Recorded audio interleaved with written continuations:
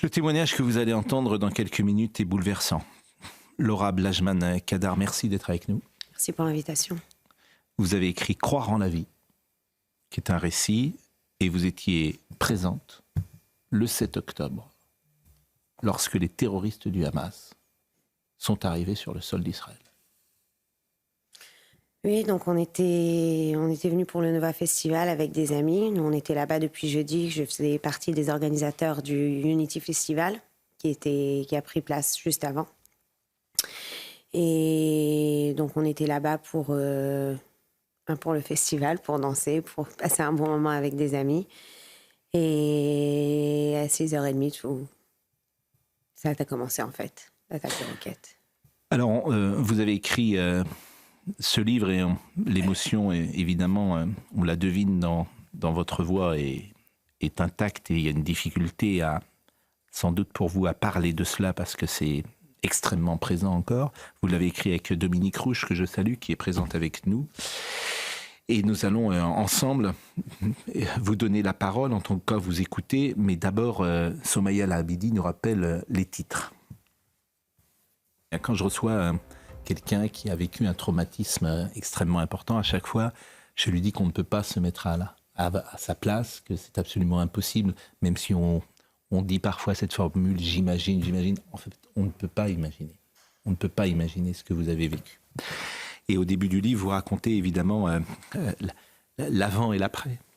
Avant le 7 octobre 2023, je riais, dansais, dormais, je bouillonnais de projets, rêvais de voyage à l'autre bout de la planète. J'étais tourné vers un avenir que j'imaginais infini et heureux avec Shai, mon mari. J'aimais faire de nouvelles rencontres, parler à des inconnus dans la rue, m'amuser jusqu'au bout de la nuit dans ce tourbillon de la vie. Je me voyais devenir mère. Aujourd'hui, mes certitudes se sont écroulées. Oui, c'est sûr que imaginer à devenir mère après le 7 octobre, c'est une pensée qui est beaucoup plus difficile. Personnellement, après ce qui nous est arrivé, pour nous, c'est très dur de trouver un endroit dans le monde où on va se sentir en sécurité. On imagine qu'on reviendra bien un jour en Israël, c'est notre pays, mais pour le moment, je n'y suis pas incapable de revenir. Et en France non plus, je ne me sens plus en sécurité quand je marche dans les rues de Paris, ou si je prends le métro et je discute en anglais avec mon mari. On ne parle pas hébreu dans la rue ici. Et quand je m'arrête à un bureau de tabac et on me demande d'où je suis, je réfléchis 2-3 fois avant que j'ose dire d'où je viens. Donc notre vie a beaucoup changé après le 7 octobre. Alors le 7 octobre, où vous êtes à 6h30 du matin ? À 6h30 du matin, on était en train de se lever à 4h du matin. On allait sortir vers la piste de danse. Et en m'asseyant sur les escaliers de la caravane, en train de mettre mes chaussures, je vois tout le monde regarder le ciel. Pas trop compris pourquoi. Et quand je me lève, je regarde et je vois les roquettes en train d'exploser au-dessus de nous. En fait, comme on est dans un champ, il n'y a pas d'alarme qui sonne quand les roquettes arrivent. Il n'y a pas d'abri non plus. Et au début, on décide d'attendre. C'est pas la première fois que ça arrive, une attaque de roquettes en Israël. Et on dit, bon, 15 minutes, 20 minutes, on attendra que ça se termine. Et on rentrera à la maison. C'est une sensation horrible, mais on n'est pas hystérique. On a assez l'habitude quand même. C'est seulement après une 42 minutes qu'on commence à comprendre qu'il y a quelque chose d'un peu bizarre, que les roquettes continuent à tomber, ne s'arrêtent pas. Et on décide de revenir à la caravane en courant, ranger toutes nos affaires vite fait et rentrer à la maison. On commence à entendre des coups de feu, mais on n'est pas sûr que c'est ça, c'est ce qu'on entend. C'est des bruits un peu bizarres, ils arrivent de loin. On se convainc que c'est autre chose. Et en montant dans la voiture, on a entendu pour la première fois, quelqu'un vient et nous crie, est-ce que vous avez entendu que Abou Ashraf s'est fait tirer dessus ? Abou Ashraf, c'est un ami à nous, musulman, quand on l'entend, qui travaillait avec nos festivals, qui était parti chercher à manger pour tout le monde, pour les employés. Et en revenant, il s'est fait tirer dessus à la station d'essence. Puis une copine m'appelle, elle me dit « Laura, on ne peut pas prendre la route, il y a des terroristes partout, sur tous les chemins dans la forêt, on ne peut pas conduire nulle part. » Je lui ai dit « Alors reviens, on se gare à l'entrée du festival. » Et ça, c'est le moment qu'on commence à comprendre qu'on est en danger de vie. On commence à voir des blessés, on entend les coups de feu qui se rapprochent. Et c'est le moment que j'ai une conversation avec mon mari. Et comme je connais bien le sud d'Israël, je lui ai dit « Ça ne sert à rien qu'on court. C'est une forêt, on ne va pas se cacher derrière un arbre. Et si on ne peut pas prendre la voiture, la caravane. La meilleure option, on va se cacher dans la caravane. Et donc, à 8h du matin, commence 6 heures de cauchemar. On rentre, mon mari, moi et 5 autres amis, à se cacher dans notre caravane. Et on restera là-bas jusqu'à presque 2 heures de l'après-midi. Puis, bon, dans le livre, je le fais vraiment minute après minute, mais disons que les 40 minutes, quand on est rentré dans la caravane, on a entendu les terroristes débarquer, des hurlements d'Allahu Akbar, des armes qu'on a... Enfin, j'ai vite compris que c'est des automatiques, au son que ça fait. Et on entend des gens hurler, vraiment. Les gens hurler, des gens courir partout, essayer de sauver leur vie. Et les terroristes, avec des hurlements et courir après les gens et tirer de partout. Puis après, ça va devenir un peu plus silencieux, parce que la majorité des gens ne sont plus là. Et on pourra tout entendre très clairement. Ça veut dire que la première fois qu'un terroriste passe à côté de la caravane, il essaye d'ouvrir la porte 2-3 fois. Et mon histoire n'a pas beaucoup de sens. Ça veut dire que la porte de la caravane est fermée avec une en plastique. Et il n'arrive pas à ouvrir la porte en plastique. Et après 2-3 fois, il nous laisse tranquilles parce qu'on entend qu'il trouve quelqu'un vivant. On l'entend crier « Ta'al, Ta'al », qui veut dire « viens » en arabe. Et on entend 2 coups de feu. On entend son corps tomber par terre. Et la mort de cette personne était la première fois que notre vie a été sauvée ce jour-là.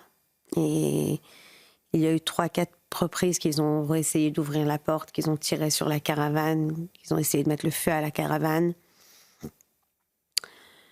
Pour une raison ou une autre que je ne comprendrai sûrement jamais, ils ne réussissent pas à ouvrir la porte de la caravane. Même quand ils tirent sur la caravane, ça passe à côté de mon mari, ça passe dans la climatisation. Mais on reste sains et saufs tous les 7. Et... Qui est avec vous? Mon mari, notre meilleur ami mort, et encore 4 copains qu'on connaît qui étaient avec nous dans le festival. Qu'on a appelé au moment qu'on a décidé de courir dans la caravane, de courir se cacher avec nous. Et... Qu'est-ce que vous vous dites dans cette caravane? On peut pas trop discuter, comme il y a des terroristes autour de nous. Mon mari et moi échangent quelques messages entre nous, en essayant de donner un peu d'espoir l'un à l'autre. On essaye de se calmer les uns les autres. Après, plus les heures passent, la chaleur monte. On est dans le sud d'Israël, il fait à 40 degrés dehors, peut-être 50 degrés dans la caravane. On essaye de verser un peu d'eau les uns sur les autres pour se refroidir, pour ne pas perdre connaissance. Et vers 12h30, c'est la fois qu'un des terroristes regarde par la fenêtre, et mon mari parle arabe, et il entend dire « il y a des vivants, venez ». Et mon mari me regarde les yeux dans les yeux et il me dit « c'est terminé ». Donc je prends mon téléphone et incapable de dire à mes parents. Donc j'envoie à un ami un message et je lui demande de donner le message le moment que ce sera vraiment terminé. De dire à mes parents, à mes frères que je les aime énormément et je m'excuse d'avoir menti jusqu'à la dernière seconde, mais je ne voulais pas leur dire adieu avant que ce soit vraiment sûr. Et mon mari et moi se regardent les yeux dans les yeux et on ne peut pas parler, on ne peut pas se toucher parce qu'on n'était pas assis l'un à côté de l'autre. Donc il chuchote qu'il m'aime, je lui dis que je l'aime et là c'est un regard qui veut tout dire et qui ne veut rien dire parce qu'on veut tout dire et on n'a rien à dire à un moment pareil. Donc je ferme mon téléphone, je dis adieu à Shai et je prie de mourir vite. Parce qu'à 12h30, on avait déjà vu les médias, on savait déjà qu'il y avait des otages. Et entre moi et moi-même, la décision est claire, je préfère mourir ici et ne pas être reprendre à Gaza. Et ma plus grande peur était plus de mourir, j'avais peur d'être prendre, j'avais peur d'être touchée, d'être déshabillée, d'être violée. Je préférais mourir sur le coup. Et... comme je dis, notre histoire n'a pas beaucoup de sens.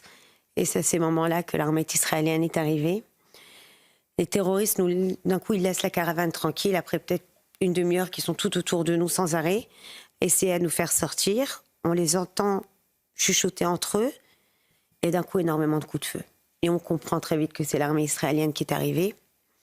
Puis commence une 40aine de minutes de bataille. On a très peur qu'une des balles va percer la caravane. Et après 40 minutes, c'est encore une fois un silence. Mais on n'est pas sûr qui a gagné, si on peut sortir. Et on réussit à avoir quelqu'un au téléphone, un des producteurs du Nova Festival, Yagil, un ami à nous, qui s'est échappé, est revenu et s'est battu avec l'armée. Il nous appelle et il nous dit « Je vois votre caravane, vous pouvez sortir, vous êtes à 200 mètres de nous. » Et en fait, le moment qu'on est sorti de la caravane, au lieu d'être le meilleur moment de la journée, c'était le pire moment de la journée. Parce que pendant ces heures dans la caravane, je me suis sentie coupable à plusieurs reprises de me dire « Mais quelle idée c'était de se cacher dans la caravane. On va tous mourir et ça va être ta faute. Tes copains et ton mari peut-être auraient pu s'échapper en courant et c'est toi qui leur as dit « Venez, on va se cacher ici, maintenant c'est de ta faute. » Et quand les garçons ont réussi à ouvrir la porte de la caravane, on a vu le vrai massacre. Des dizaines de jeunes personnes étalées par terre. Et ils sont tous bien habillés, les filles en jupe, maquillées, un peu déguisées. Ils étaient là pour un festival de musique, tout le monde s'est habillé avec beaucoup de couleurs. Et ils sont tous étalés morts par terre. Et on voit très vite la différence entre quelqu'un qui a été tué et quelqu'un qui a été blessé et achevé après. Parce que ça se voit.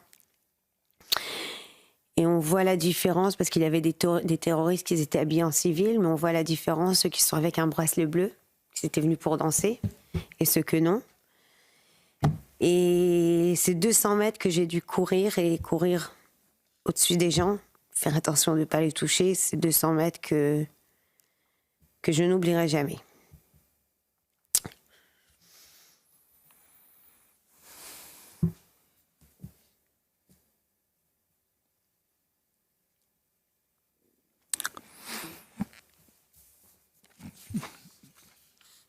Vous parlez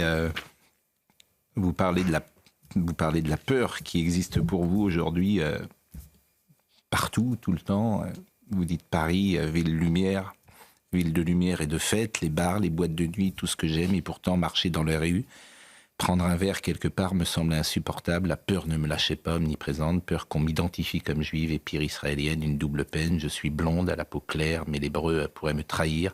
Alors durant tout le séjour, nous sommes exprimés en anglais.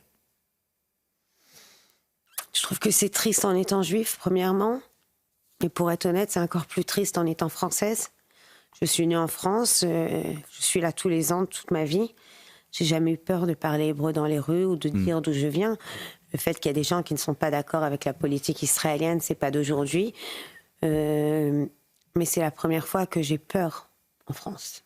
C'est une sensation que je ne connaissais pas avant.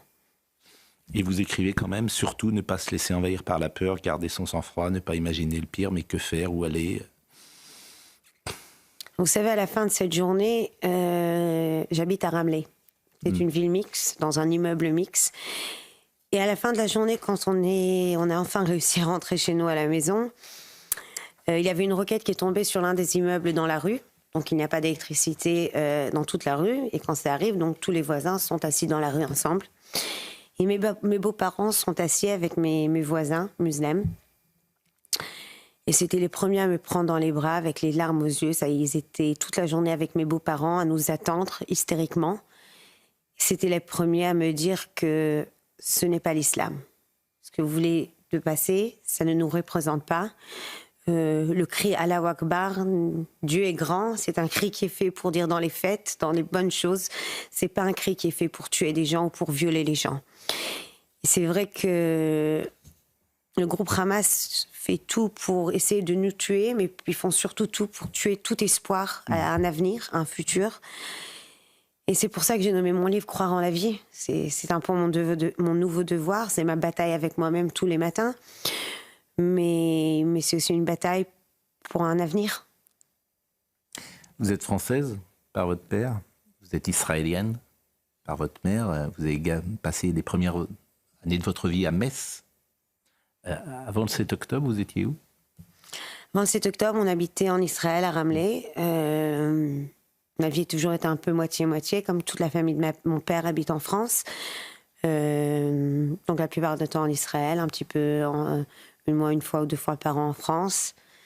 Pas mal de festivals de musique, tout en Europe. Et aujourd'hui, vous êtes en France?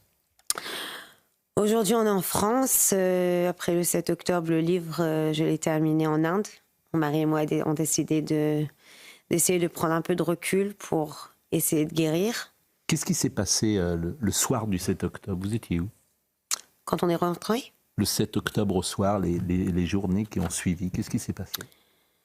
Les journées qui ont suivi le 7 octobre, c'est de commencer à comprendre qui de nos amis manque.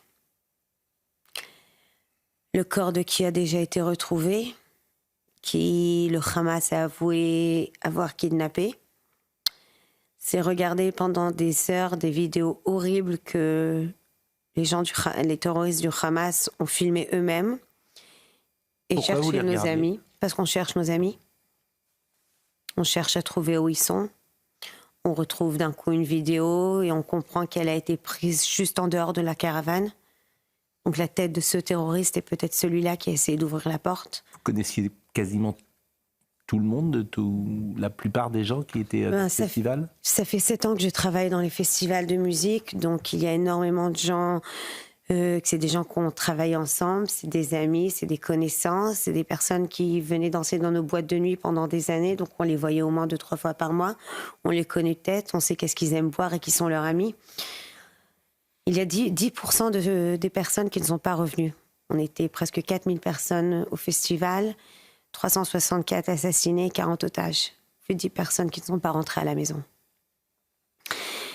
Et c'est ce qui me donne la force de continuer à faire ce que je fais. Vous savez, au début, quand j'ai écrit le livre, le but de mon livre était de laisser quelque chose après moi, d'immortaliser mes amis, d'essayer d'expliquer. J'ai écrit le livre en français exprès et pas en hébreu. J'espère qu'il sera traduit, mais le but était de l'écrire au français pour essayer un peu de montrer notre réalité.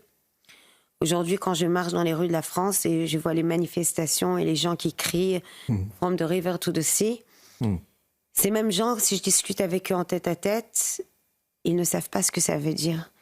Ils vont me dire qu'ils croient, oui, il devrait avoir 2 États pour 2 pays et 2 États. Mais quand on crie « From the river to the sea », c'est pas ce que ça veut dire. Je suis d'accord avec vous. Il y a une inculture, ils ne savent pas l'histoire. Je suis très frappé de ça, comme vous, notamment la jeune génération. Ils ne savent absolument pas l'histoire, ils ne savent pas ce qu'est Israël. Ils entendent parfois des choses sur les réseaux sociaux, mais c'est aussi, d'ailleurs, c'est une discussion qu'on a souvent, c'est aussi la faillite de l'école qui n'a pas su transmettre manifestement des informations historiques, des données historiques et apprendre aux jeunes Français ce qu'est cette histoire-là. Ni l'histoire, ni ce qui se passe en présent. Les gens qui disent que Israël est un pays apartheid, mais n'ont jamais mis les pieds en Israël, qui sont sûrs qu'on a des bus pour les Juifs et des bus pour les Arabes. Donc le but de mon livre était aussi un peu de montrer ma vie en Israël avec mes voisins. Mais vous savez, on est 173 jours après. Je trouve que mon livre a un nouveau but. C'est en fait de rappeler les gens pour qu'on continue à se battre. Et le fait que j'ai eu la chance de survivre, et que je suis capable d'en parler, c'est ma nouvelle mission. Vous savez, hier, j'imagine que tout le monde a entendu le témoignage de la courageuse Amit Soussan, qui raconte le viol qu'elle a passé, ce qu'on lui a fait à Gaza. Et ce matin, Daniela Gilboa fête ses 20 ans à Gaza. Et elle est toujours là-bas. On a 19 femmes qui sont toujours là-bas. Et mon livre n'a aucun sens. Mon livre aurait eu beaucoup plus de sens si à la fin du livre, j'aurais été pris otage à Gaza ou j'aurais été assassinée. Donc pour moi, tous les matins quand je me lève, j'ai la grande sensation que j'aurais dû être à Gaza, pas ici à Paris. C'est pour ça que je fais ce que je fais. Mais quand vous dites l'indicible, quand vous dites vous préférez mourir que d'être prisonnière ou otage, tous les parents se sont posé cette question à laquelle parfois ils ont peur de répondre. Est-ce que je préférerais que ma fille soit tuée le jour même, ou est-ce qu'elle soit, pendant des mois, l'otage des prisonniers du Hamas? C'est une question terrible, bien évidemment, terrible. et la souffrance de ces parents, sachant que leurs enfants et leurs filles sont des prisonniers du Hamas, est indicible. Et chacun peut évidemment, non pas d'ailleurs, ne peut pas s'incarner bien sûr, il ne peut pas être à la place d'eux, mais moi je trouve que c'est indicible. Ça fait partie des souffrances les plus inimaginables. Vous avez dit tout à l'heure, vous êtes parti en Inde, donc vous êtes pendant quelques jours, encore le 7, 8, 9 octobre, je ne sais pas où vous êtes. Oui, on était au début en Israël. Voilà, et vous choisissez de partir une sorte de voyage ensemble. Mais en fait, premièrement, j'ai été invitée peut-être 2 semaines après par les bureaux des affaires étrangères israéliennes à venir et à témoigner dans l'Union européenne, en Belgique, en Luxembourg. Donc on a fait plusieurs délégations. Et après, on a compris qu'on ne réussit pas à guérir, qu'on a besoin d'essayer de se déconnecter. Mais pour être honnête, j'ai été 3 mois en Inde. Je regardais les informations toute la journée là-bas aussi. On peut pas vraiment se déconnecter, même quand on essaye vraiment. Et on est à la plage et on se retrouve à écrire le nom de nos amis qui manquent sur le sable. C'est toujours avec nous. Et les échanges que vous avez eus, vous êtes, je crois, vous êtes une fratrie de 3 frères et sœurs. Oui. Et avec votre père, avec votre mère, comment vous avez communiqué, que vous ont-ils dit? Mes parents, pour dire la vérité, j'ai menti toute la journée. Je leur ai dit que je suis à l'abri, j'attends simplement qu'on vienne me chercher. Ils ont tous les deux vite compris que je mens, mais il n'y avait rien à faire, je ne voulais pas dire. Mon petit frère, j'ai un petit frère qu'on a 10 ans d'écart. C'est la première fois qu'il n'est pas venu avec moi. D'habitude, quand sa grande sœur va à un festival, sûrement si elle le produit, et elle l'organise, il est toujours avec moi. C'était la première fois qu'il a préféré aller à un autre endroit avec ses amis. Donc ça lui a sauvé la vie, mais quand il m'a envoyé un message, je lui ai dit que tout va bien, parce que je savais qu'il était dans un autre endroit en train de danser, je ne voulais pas l'inquiéter. Et mon 3e frère, c'est seulement dans les derniers moments que je lui ai dit ne dis rien à nos parents, mais voilà, je suis dans une caravane. Et à ces moments-là, mon frère a été déjà rappelé à l'armée.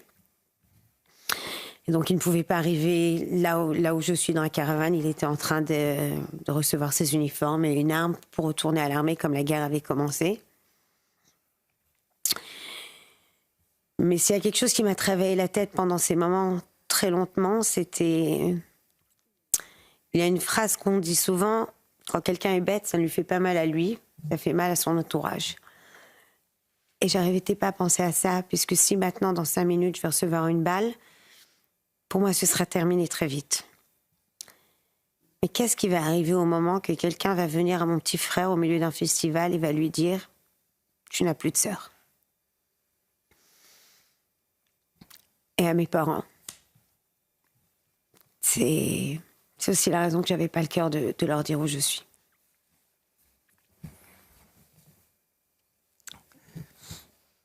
Vous l'avez dit plusieurs fois, je porte aujourd'hui un devoir de mémoire, et de transmission pour que jamais la tragédie qui a frappé la terre d'Israël ne tombe dans l'oubli. Les rescapés de la Shoah n'ont eu de cesse de témoigner. Nous ferons de même pour que nos enfants et nos petits-enfants connaissent la vérité et la divulguent à leur tour.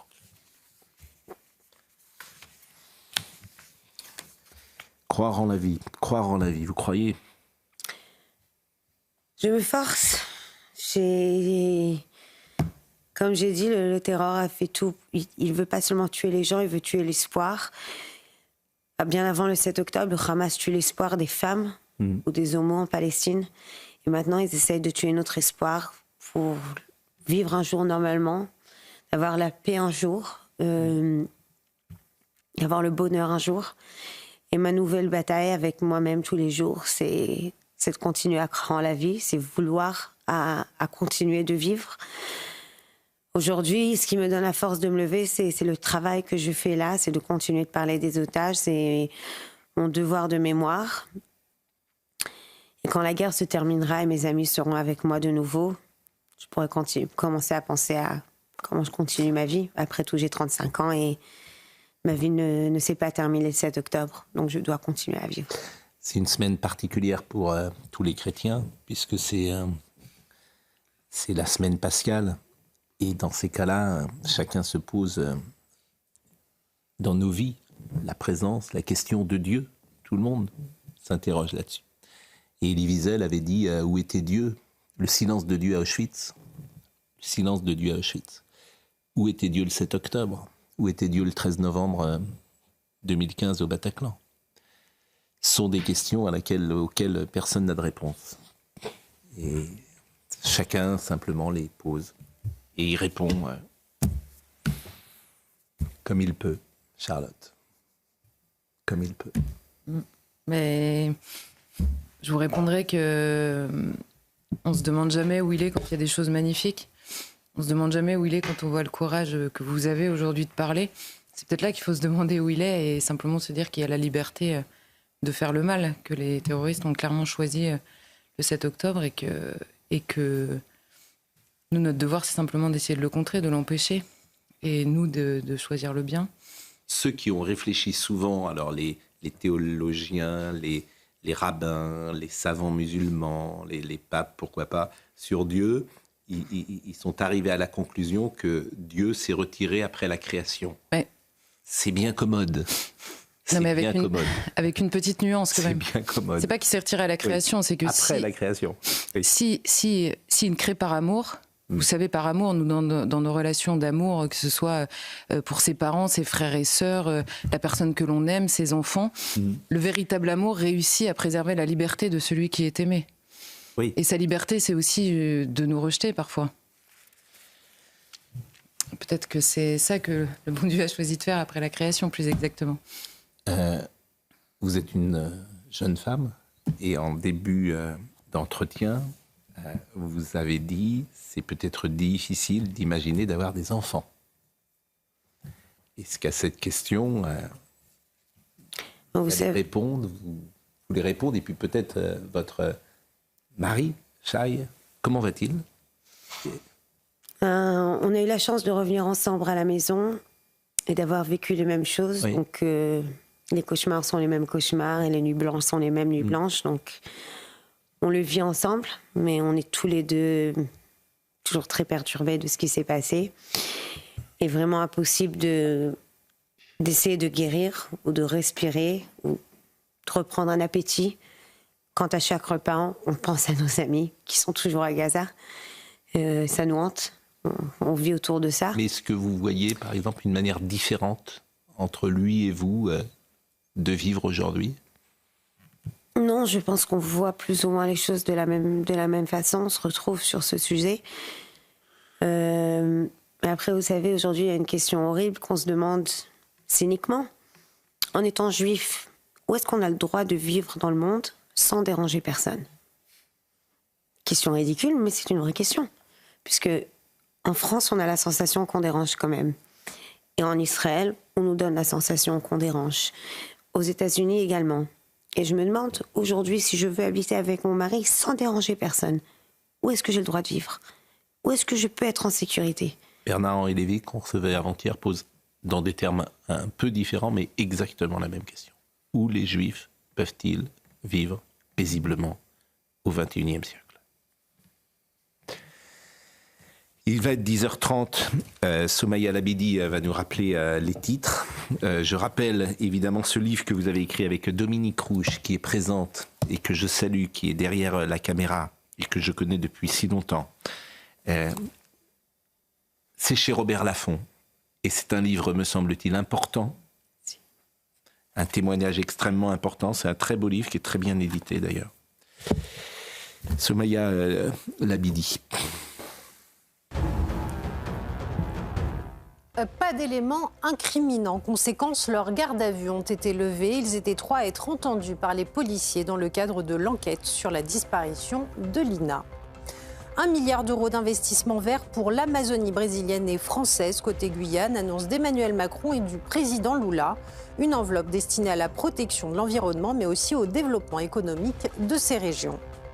Et puis une première en Asie du Sud-Est, les députés approuvent la loi sur le mariage homosexuel, une avancée importante, mais le texte doit encore passer devant le Sénat avant promulgation définitive par le roi. Merci beaucoup Soumaïa. Est-ce que je peux vous demander, Laura, ce que vous portez autour du cou? Oui, que nous voyons. C'est un collier qui écrit « Notre cœur est prêt à Gaza, bring them home ». Il est avec moi parce que ça me donne de la force. Et On peut trouver ce collier quelque part? je ne sais pas, j'imagine qu'on peut le trouver en France. On peut le commander par l'association des familles otages. Vous pouvez montrer. Et effectivement, je pense qu'il y a beaucoup de gens d'ailleurs qui ont peut-être envie d'en savoir plus sur ce collier que vous portez. Voilà. Donc c'est un collier qui a été fait par l'association des familles des otages depuis le 7 octobre.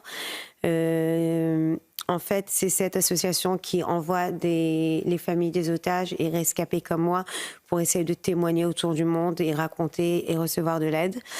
Et donc, ils ont fait ce collier. Ils ont aussi, je ne l'ai pas sur moi aujourd'hui, mais un Pims avec le ruban jaune pour les otages, pour les aider, pour se souvenir d'eux et qui sont avec nous toujours. Je ne sais pas si l'un de vous souhaite prendre la parole derrière un témoignage qui nous a tous bouleversés, qui aura bouleversé, j'en suis sûr, les téléspectateurs ce matin. Moi, ce qui me frappe, je vous écoute depuis le début, c'est qu'au-delà de toutes ces horreurs, en fait, votre regard ne le montre pas du tout. C'est-à-dire que vous avez cette résilience et cette croyance en la vie. C'est ça qui est extrêmement frappant. Je me force à ça, c'est pas évident tous les jours. C'est sûr qu'aujourd'hui, vous savez, plus les otages, après 50 jours, on a eu plusieurs otages qui sont enfin sortis. Et on entend Miachem qui a été tenu par une famille, et on entend des professeurs de UNRWA qui ont travaillé avec le Hamas. C'est de plus en plus dur de garder cette façon de voir les choses et garder l'espoir qu'un jour on aura la paix. Car on voit des enfants palestiniens qui sont élevés dans la haine et élevés dans la peur les uns des autres. Et ça, on comprend que ça prendra des années pour refaire ça, pour leur apprendre qu'on n'est pas les uns contre les autres, mais on doit vivre ensemble l'un à côté des autres. Mais je dis toujours que, vous savez, aujourd'hui, on peut prendre la voiture en Europe, on peut sortir de France, partir en Angleterre, en Allemagne. Il n'y a aucun problème, il y a la paix en Europe.